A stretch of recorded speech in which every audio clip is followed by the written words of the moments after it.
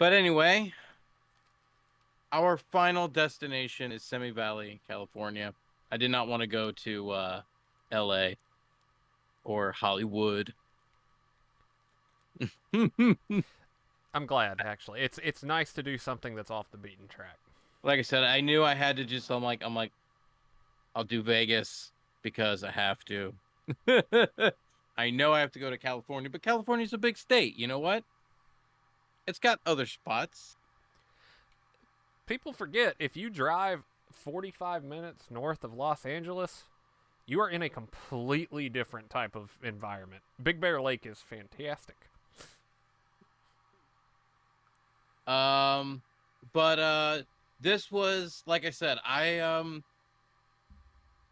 wanted to see more of Don's work, Mr. Don Coscarelli, and I saw the Beastmaster, and I was like, "Fuck it, we're doing the Beastmaster." This was the movie he did right after the first Phantasm, I think it says. Yep. Mhm. 1982, I believe. Now,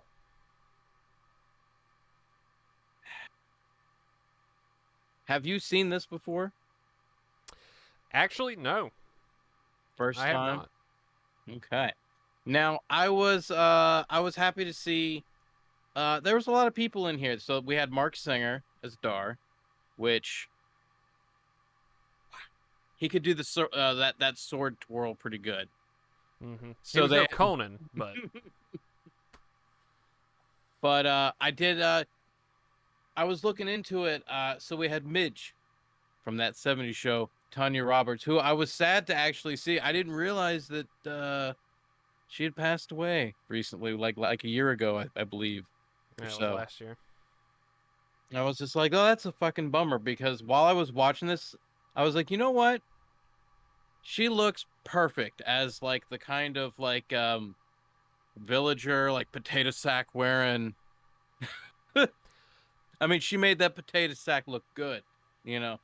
Yeah, which is kind of funny though, because I think she's one of those can do it all actresses. Because she also did Ditzy Teen in Tourist Trap very That's right. well, Yeah, she was in. Yep. and she's a Bond girl, and she pulled that off great Nice. during the Nice. Roger Moore era.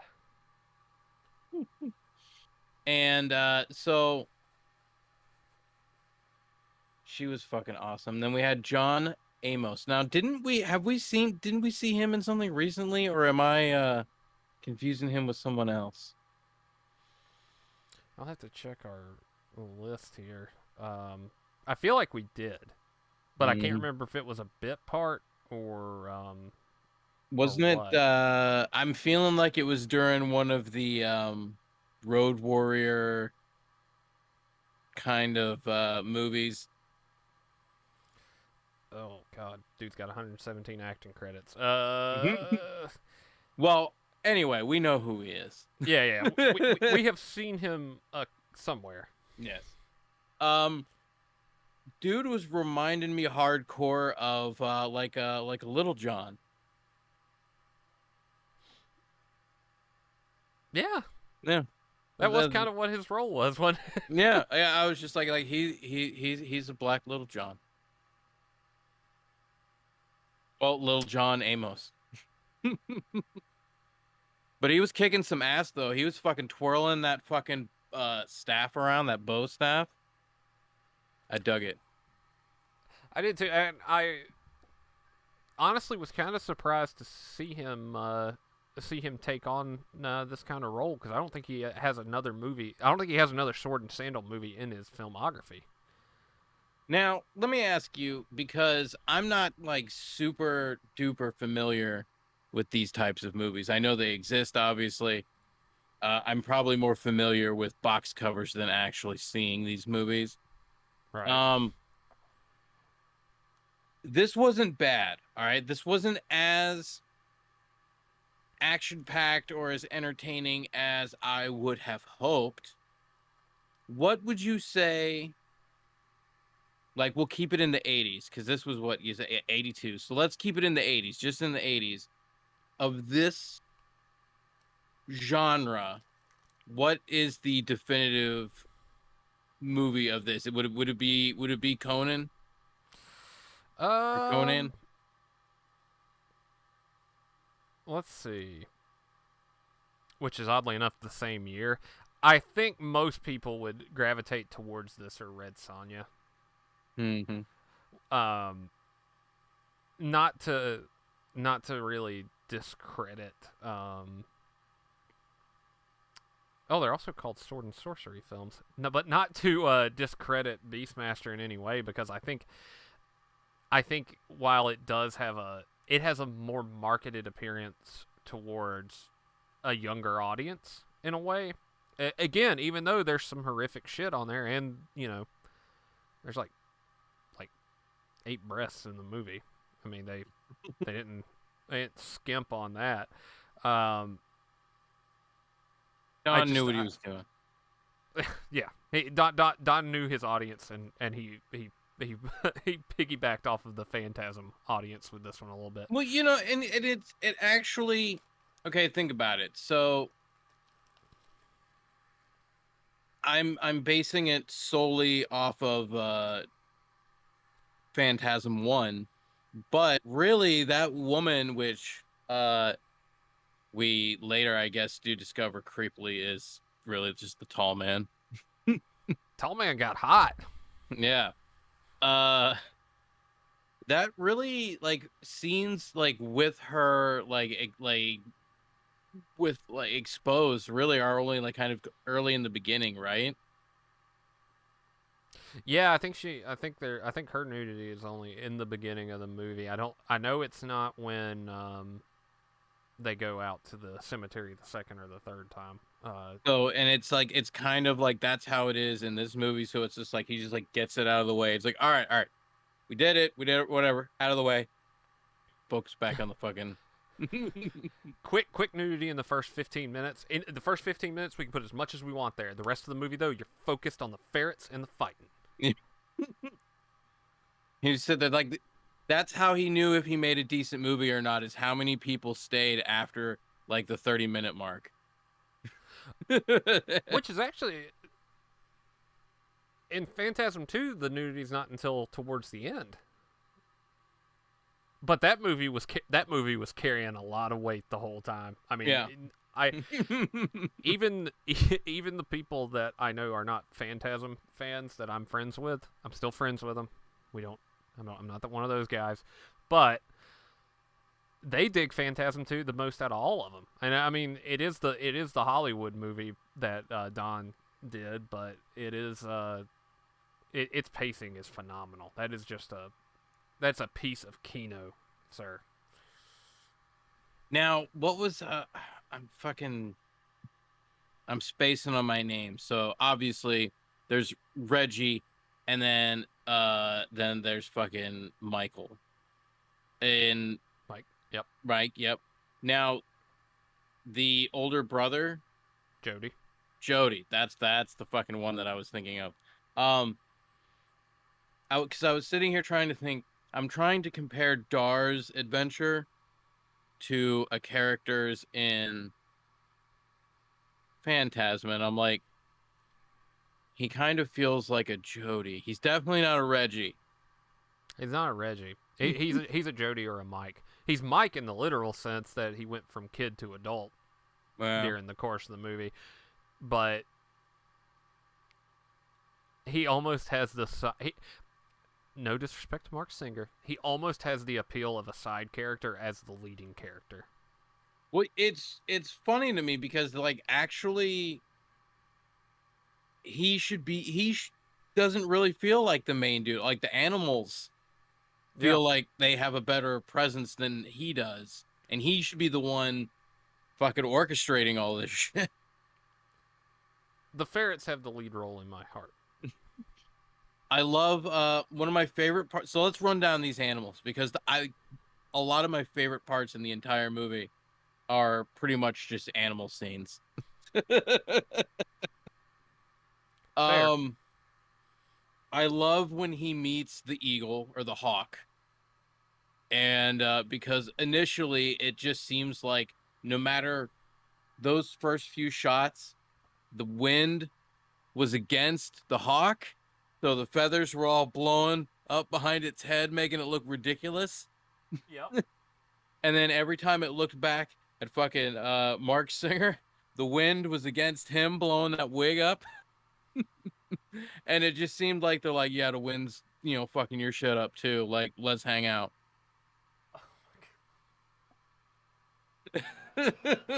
I forgot about the fucking wig. Oh, sorry. 1 second. Gotta fix something here. There we go. All right. I did not want to distract from the wig conversation because let's talk Goodfellas for a second. Maury's wigs do not fall off,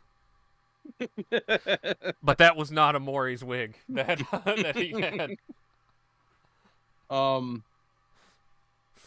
So when it came to the hawk, like I said, I loved the introduction of the hawk. That was awesome. And then I loved that the hawk was able to carry an entire child that was equal to or at least way bigger than its own size effortlessly. Just swoops down, picks up that kid, carries it to safety.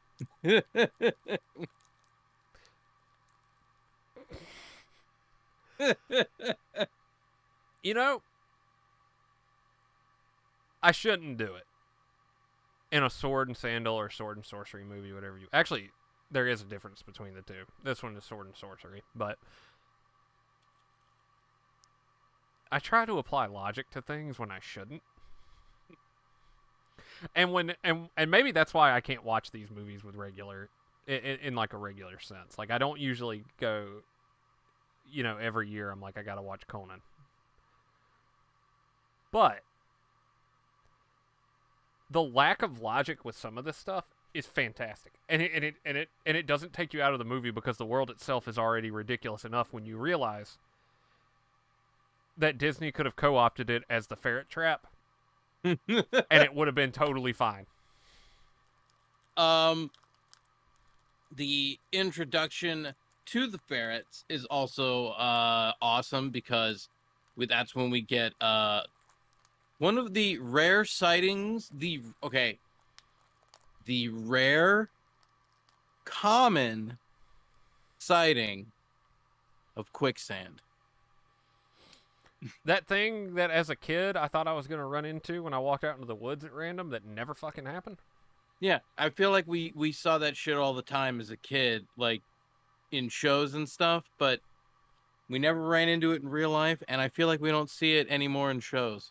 Because I think all the people who write shows now grew up and realized that stuff's bullshit. It is. I have not had to worry about quicksand in my years on this earth. The closest I got to it was at the beach. And that was just because I tripped and fell into the sand. I was drunk. Anyway. Wave. Ah! I lost my sunglasses. I about lost the giant pool float. Oh. It was great. So Dar gets stuck into some quicksand. The ferrets help him out. One of the ferrets falls in and sinks fully into the quicksand, but Dar to the rescue. And then they have this weird... I know it's not a sexual relationship with those ferrets. Well, but it looks like one. It doesn't feel like it, but it looks like it. Listen. If it looks like a duck and it quacks like a duck, it could be fucking the ferrets. But you know what? I sense a level of consent in all parties. Yeah. So who am I to judge? I just don't think he should sleep with the ferrets. Yeah. Call me old-fashioned. Especially, because you fucking you have Tanya Roberts.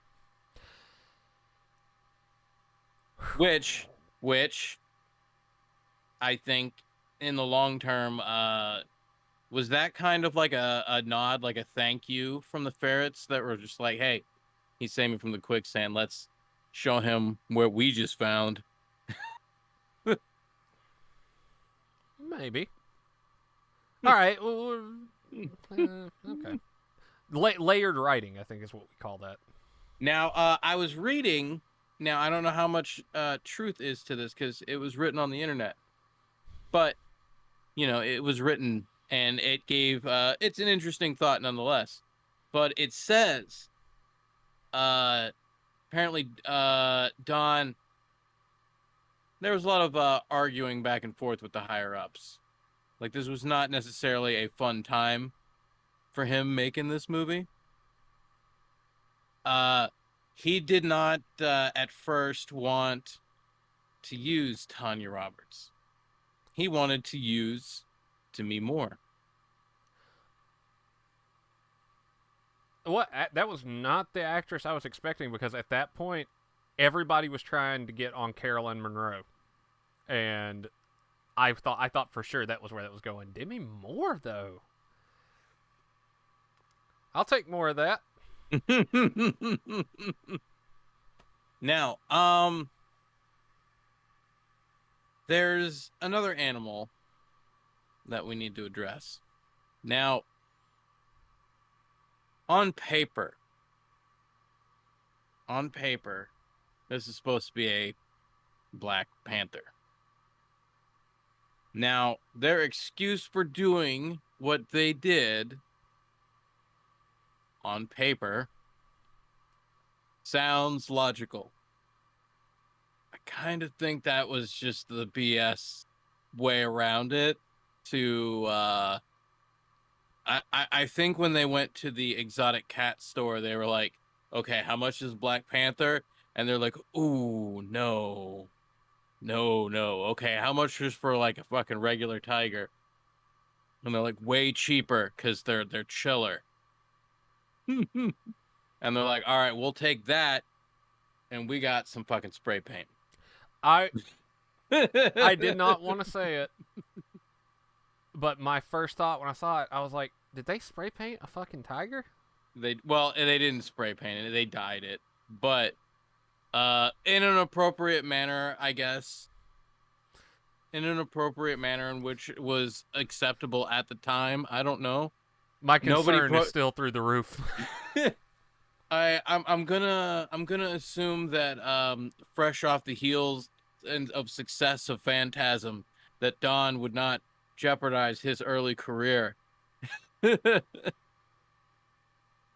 Well, yeah, probably not. I mean, he wouldn't attempt that until he Tony Montana the writers room for Phantasm 2 and was like, and then that turned out to be a gold mine. He wasn't quite seasoned at that point. Right. But yeah, no, that's exactly what they did. They got a tiger. Now they said it was because tigers are a lot more docile and easier to work with on camera.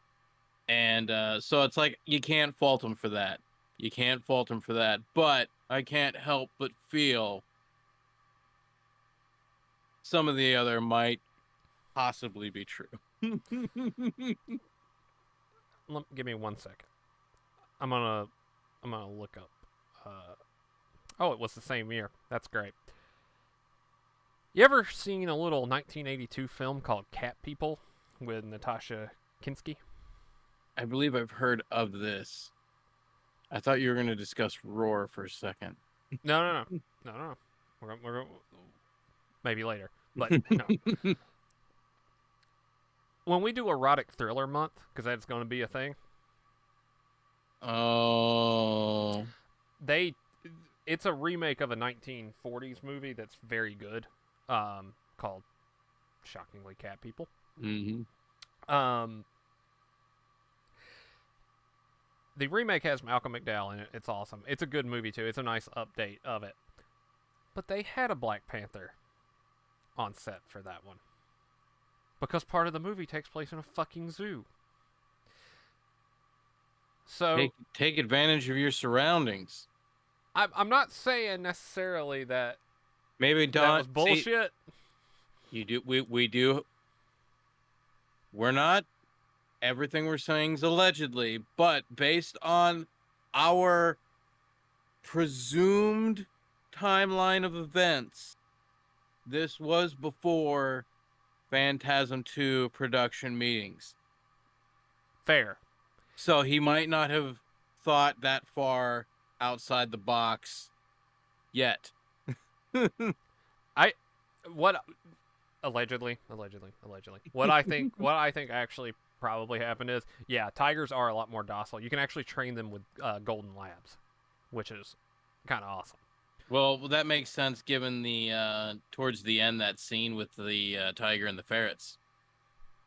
That I thought that was going to be a disaster on film. I thought it was Cannibal Holocaust 2 Electric Boogaloo about to go down there. Uh, but what I think probably happened was, yeah, because a tiger is easier to train and to manage on set, they probably couldn't get insured to put a black panther in the middle of the desert. Because if that bitch got loose, Oh yeah. holy shit, we would be down a Coscarelli, a Singer. Tanya Roberts probably, I don't know. She might have been able to get away. I don't know. Because I don't think she ever got that close to it. But No. John Amos would have protected her. He would have survived. he would have survived, yeah. But so with the ferrets though, we also had one of my favorite moments too, where they pretty much did the most famous scene from Mission Impossible 1 with Tom Cruise, but they did it with ferrets, which now, like, because you know what, like, when it comes to James Bond versus Mission Impossible, Ethan Hunt. Now, I understand there's a big difference in the amount of movies, so like, but that aside, I enjoy, you know, I enjoy both. I'm more of a James Bond fan, but and you know what? I try to put my Tom Cruise bias aside. The man is insane. The man is certifiably insane, but that doesn't mean he doesn't make good movies. Agreed. And Tropic Thunder, his appearance is one of the best parts of that. Oh, for sure. So James Bond is the gentleman's game version of spying. Like, that's Mm-hmm. what it was originally. I mean, it was called the gentleman's game. Mission Impossible is the oh my god, the postmodern spy thing, which as of the 1990s was borderline military. You were often attached to things that go boom in the night as opposed to things that go bump in the night, like you would with the gentleman's game. So they're two totally different sides of the coin. The difference is, though, do you want something that's a little more tactful, classic style, or do you want homie hanging off the side of an airplane just because he said he could do it? And the two will meet at some point, but but I enjoy these Mission Impossible movies for what they are. Even the ones that I think, like, there's some that are better than others, but I enjoy them for what they are. And when I watched that first, I used to watch the first one on VHS all the time. you have the VHS too. Mhm. Um, but that whole scene where he has to drop down from the ceiling, so badass. It may be simple by today's standards, but it's still fun watching, even though it's still fun. It holds up. Yep. And now seeing this done nearly almost damn near a decade earlier with ferrets. I'm Don, you son of a bitch, checkmate. Always. Just when you think he's out of ideas, he just pulls. Look what I have up my sleeve. And in the 80s, it was probably a joint he had up his sleeve and thought, allegedly, you know what would be cool? Let's take our ferrets. You following? Instead of turning them loose and letting them grab the stuff, he'll have a rope. He'll just lower it down into the room, and nobody's going to notice this rope with the two ferrets dangling off of it. Somebody relight this. I'm running out of steam. And then that was probably the whole conversation. Yeah. And you know what? I buy it though, because the guy for every joke that we make about him, because we love him, he really is innovative in a lot of ways. I mean, Bubba Hotep is probably one of the greatest movies that people forget about when they have no reason to forget about a movie featuring Elvis and JFK. That's a movie that gets forgotten about until you see it. Once you see it, you never forget it. That's true. I mean, we were talking about it for weeks after it fell into our laps that we ended up having to watch it because we couldn't get My Name is Bruce, which I still want to watch, but I'm glad we watched that instead. Yes. Now, try to walk me through this, because the story of Beastmaster, for the most part, I feel is kind of self-explanatory, but I do have some questions. So, Okay. I understand that there was some sort of like weird witch thing going on while he was in the womb.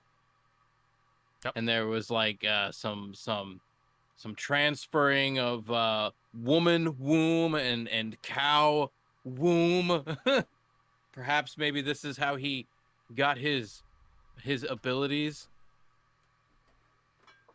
See? We summoned a beast.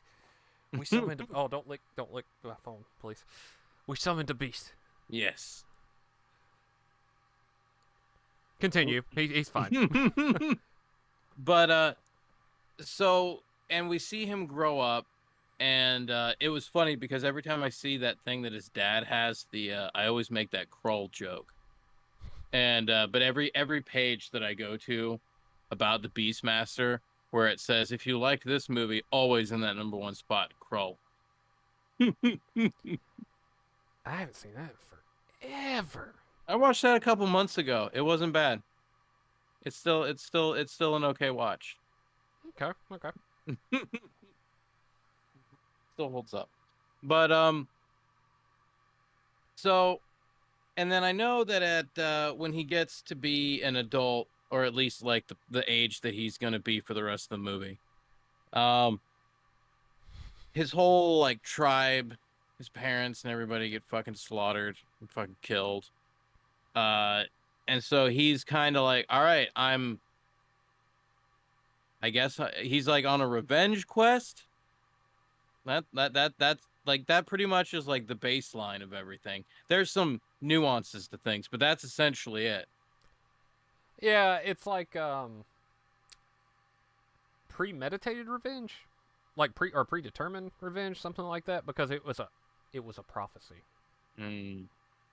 Yeah, because after that, it's just kind of him like acquiring the different animals, which oddly, you would think one of the things that he would get immediately is a horse, which he does have like once or twice in the movie, but not nearly to the capacity in which you would expect him to have. In a movie like this, you would expect him to be on horseback like All the time. all of the time of the movie, but no, he flies, you fools. Now, what the fuck is Rip Torn's motivation? I mean, that is quite possibly the most difficult question to answer ever. Not only in this movie, but in real life. especially when he ended up at that bank. Well, no, you know what? I knew his motivation then. He thought he was at home. You know what? So at least we knew what he was trying to do then. Yeah. I I think his motivation I think his motivation here is that he's an evil zombie wizard, much like the Undertaker. Oh, okay. But his name was Max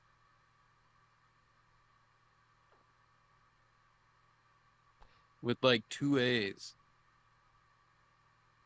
Mox? Max. The English language is rolling over in its Mhm. grave right now. But there was some other dude. Like, was there a dude above him? There was a guy that looked very familiar. I wish they had a proper picture of him on the IMDb. Well, you know, it can't be worse than me watching it being like, holy shit, is that Angus Scrimm? I think he was the judge in Ghostbusters 2.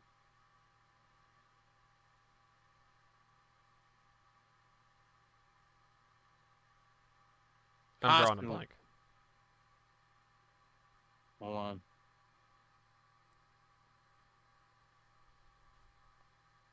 I could be totally wrong, but if I'm right on this, I'm gonna go get a brownie after this. While you're looking that up, I'm gonna go shut my door just so my dog can, knock it open again. Okay, here we go. Un moment.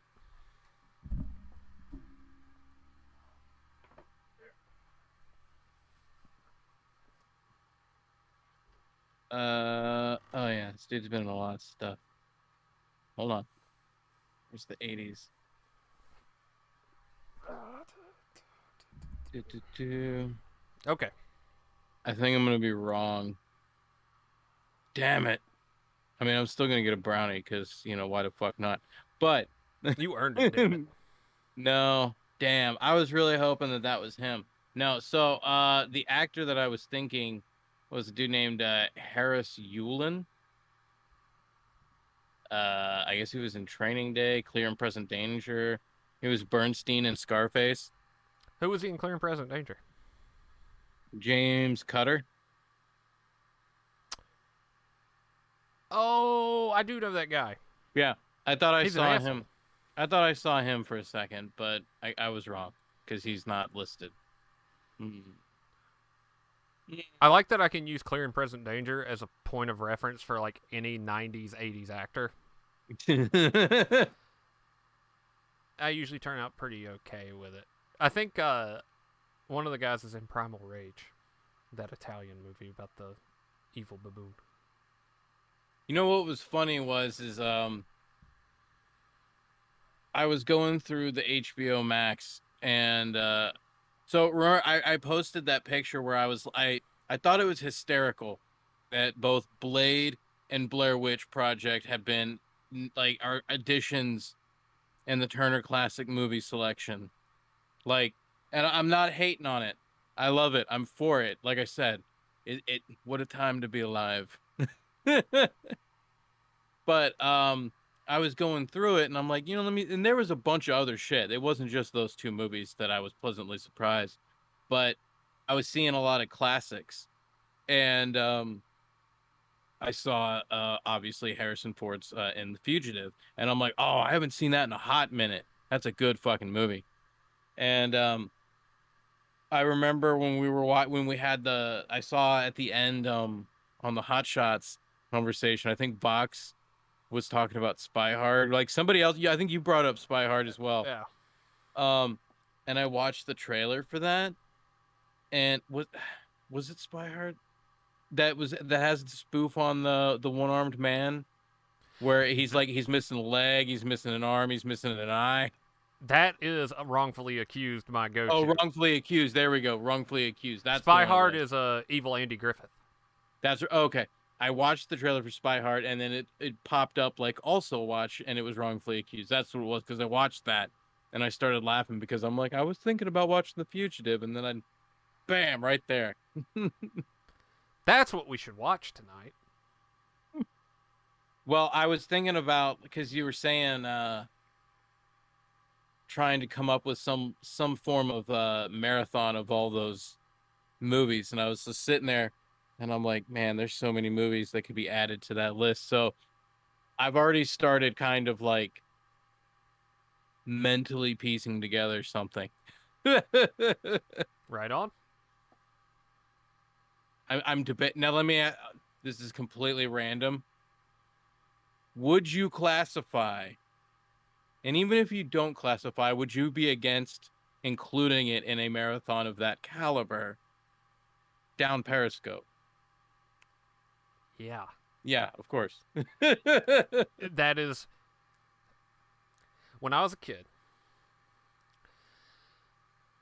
I got a little bit of leeway with watching movies of a certain caliber. Mhm. I think I told you before, it was like a deal with my parents. They were like, second you start acting like an asshole. That's not their exact words. My parents were kind of cool. Second you start acting like an asshole, though, that's it. You know, no more M-rated games, no more any of that other shit. So I Kind had of that same how I deal. am. Yeah, and look, we turned out fine. Yeah. We just say that Phantasm has a better running story than the MCU. What are you gonna do? Um, but I got to watch a lot of movies like that, and my parents actually kind of were part of the reason why I got into Leslie Nielsen stuff because they're like, "You're gonna love this. I mean, it's just right up your alley." And that was when I got introduced. And I remember HBO used to play it. They would go down Periscope, something in between, and Wrongfully Accused would come on. And so I got a double whammy of that kind of movie as a youth, and down Periscope, one of my all-time favorites just for the whale humping scene alone. And if you I don't know what I'm talking about, it's not literal. I've seen that movie at least 4 or 5 times. The only problem is that all of those times were before the year 2000. The only thing that I remember is Kelsey Grammer and a running joke about a tattoo or something. Yes. Yeah. That's all I really remember. So I don't remember if the rest of the movie was the same kind of like slapsticky kind of humor or not. It's on the note where, all right, to go back to our conversation earlier, where the Naked Gun movies are timing jokes, timing jokes that are also visual jokes, I guess is kind of how you would look at it. And Hot Shots is um, some timing jokes, but mostly goofy, true slapstick kind of jokes. Down Periscope is a serious comedy movie that relies on a little bit of that timing, but it's more vocal. So they're Mm. gonna do, you know, I'm not gonna spoil it for you. The tattoo joke, or there's a guy working on radio equipment who has to do absurd things to get the radios to work. It's actually the dad from Halloween 2018 Hmm. that also does the voice of Khan on King of the Hill. Um, Mhm. there's all sorts of stuff like that in there. So it's a little bit closer to a more traditional comedy movie. Think Pauly Shore's In the Army Now. Okay. Okay. But there's less of a. Remember how we talked about true comedy, and it doesn't have that lull where things get a little too serious. This has a very small one, and I wouldn't even consider it distracting either. Okay.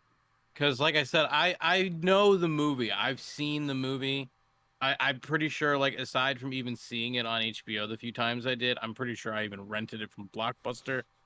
Um, so I know I've seen it. It's just, again, like, I just don't remember. All I remember is Kelsey Grammer is in it.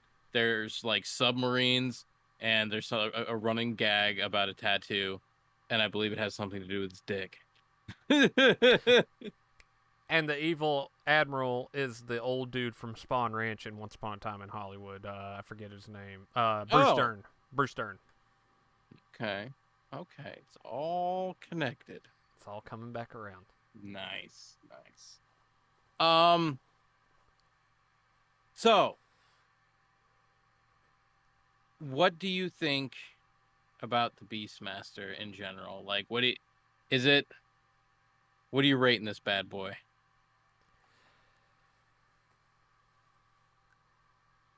I have a semi soft spot for sword and sandal pictures, or sword and sorcery, as we've now found out they're two separate genres. But um, I the my favorite part of doing this sort of blind watch of it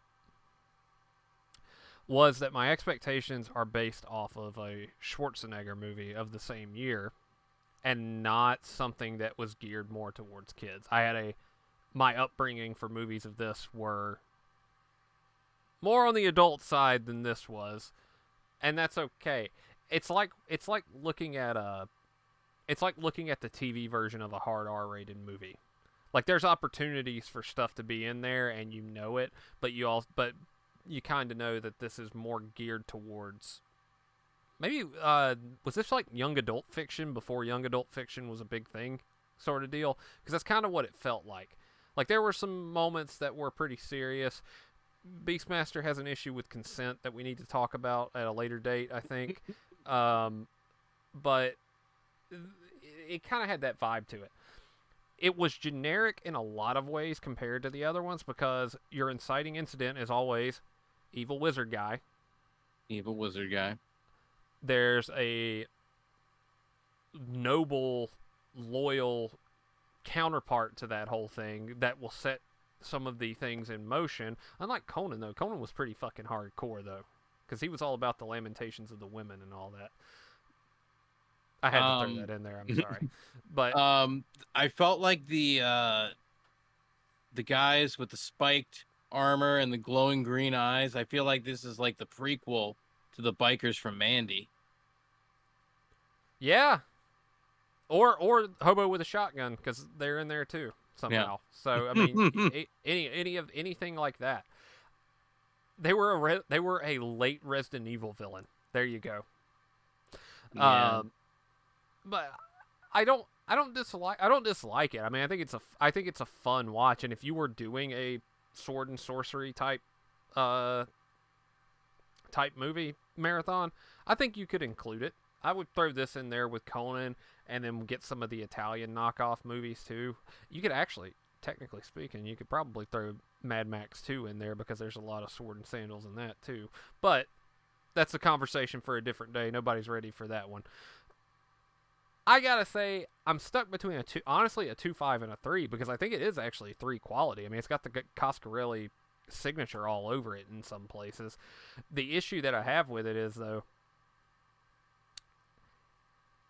I don't want to sound like one of those guys because I just beat up on somebody for complaining that Heat was too long. But this runs a little long for what it is. I mean, we had to start our watch early. Before you settle on a score, let me tell you where I'm sitting because it's I saw at least 3 level material sprinkled throughout. That can't be denied.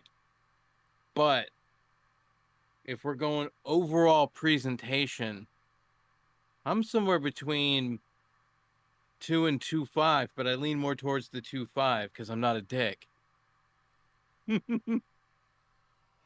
So it's mainly because I'm fine with the length of the movie, but it needed more, like there was too many lulls. Yeah.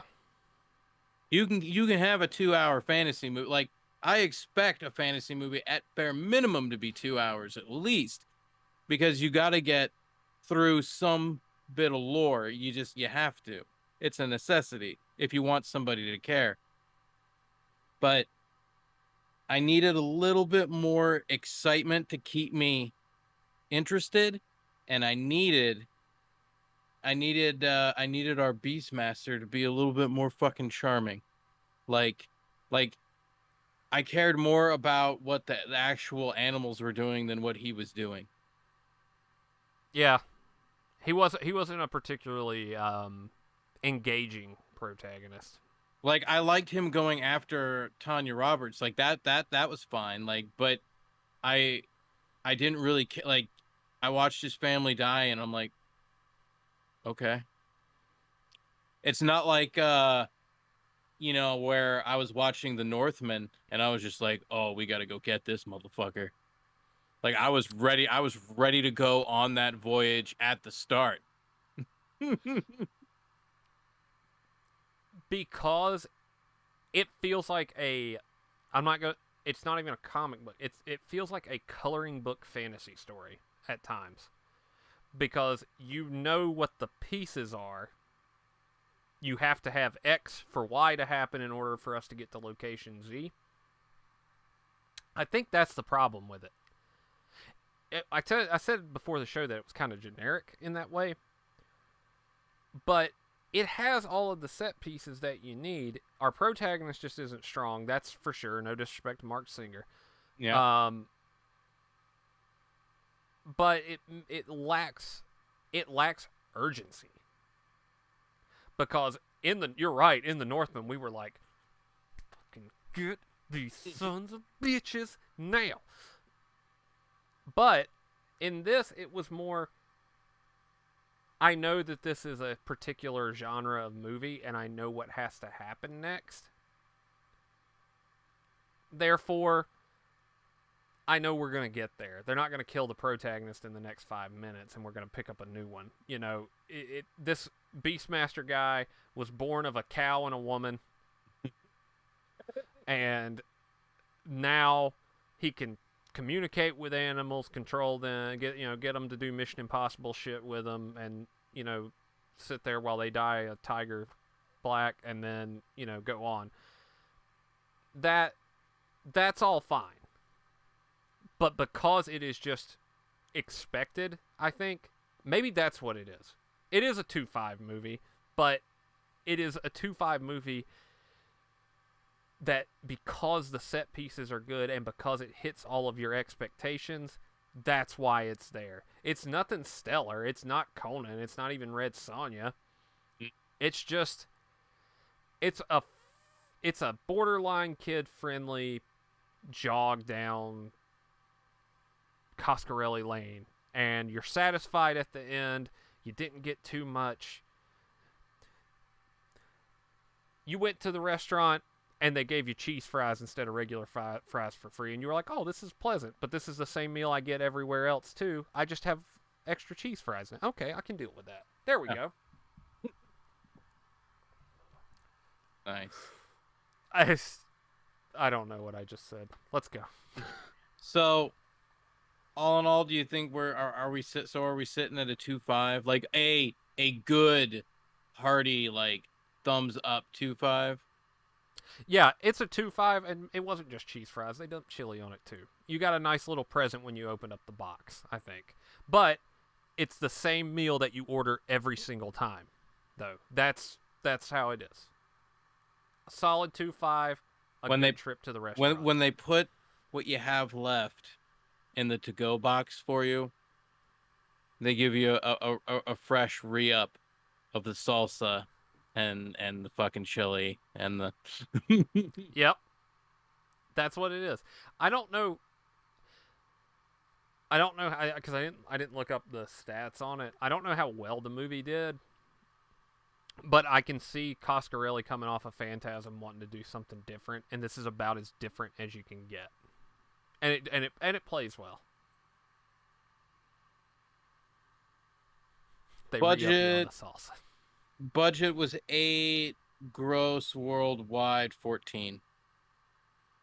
Minor success. I mean, it made its money back and kept Coscarelli directing, so I'll call it what it is. It was unfair that the movie came out the same year that Conan did, though. That's some big shoes to follow in. Let me see here. I'm curious. All right, so this came out August 20th.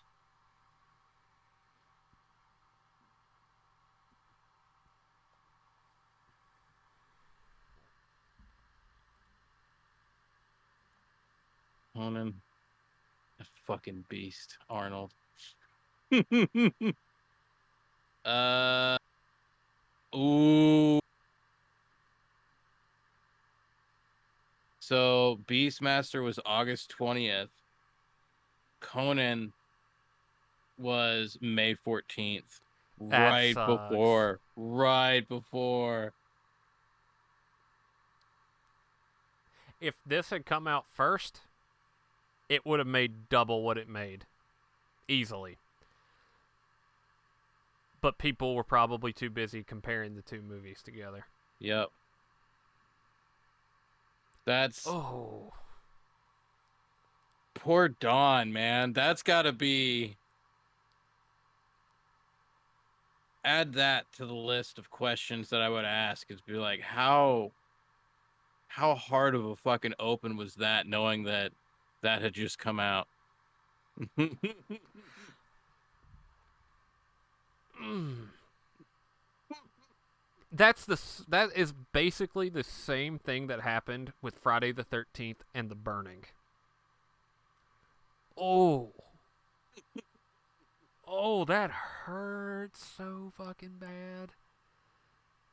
Now, I'm not saying Beastmaster would have probably became a franchise after that because I think the story's fairly Well, they made self-contained. 3 of them. There's 2 more after this. Oh, there actually is two more. I didn't Yeah, think they I don't know. would. Mark Singer is in the second one. I don't know if he's in the third one or not. I didn't see, but he's definitely in the second one. And he's in the TV show. I do know that. Mhm. I okay. That's actually kind of surprising because I didn't think 14 million against 8 would have been enough for them to do a sequel, even if it was direct to video. I wouldn't think that that would be enough to do that. That is crazy. So yeah, you do get a franchise. Wait, Conan only had 2 movies. Beastmaster got 4. I Hold feel on here. cheated. I'm curious now. This spicy chicken cup noodles is pretty spicy when you add some extra drops of sauce. I can taste my own tongue. Keishi, get some water. Hydrate. I love you. So Welcome. this what the sequel was Conan the Destroyer, correct? That was the second one. I can't remember if Red Sonja was next, or maybe it was Conan the Destroyer. Then it was Red Sonja. We're doing pretty good, Keishi. I hope you are too. I'm gonna go with it being the Destroyer. Okay, so at least they played it somewhat straight. The Conan the Destroyer was 84. Beastmaster 2 waited all the way till 91. You gotta let those flames die down a little bit. Remember these kinds of movies? Memba? Oh, I Memba. remember. But no, yeah, those first two, that sick fucking burn. Sick fucking burn. I just fuck. That is that is definitely one of the worst timed things that could have happened to somebody. I mean, shit.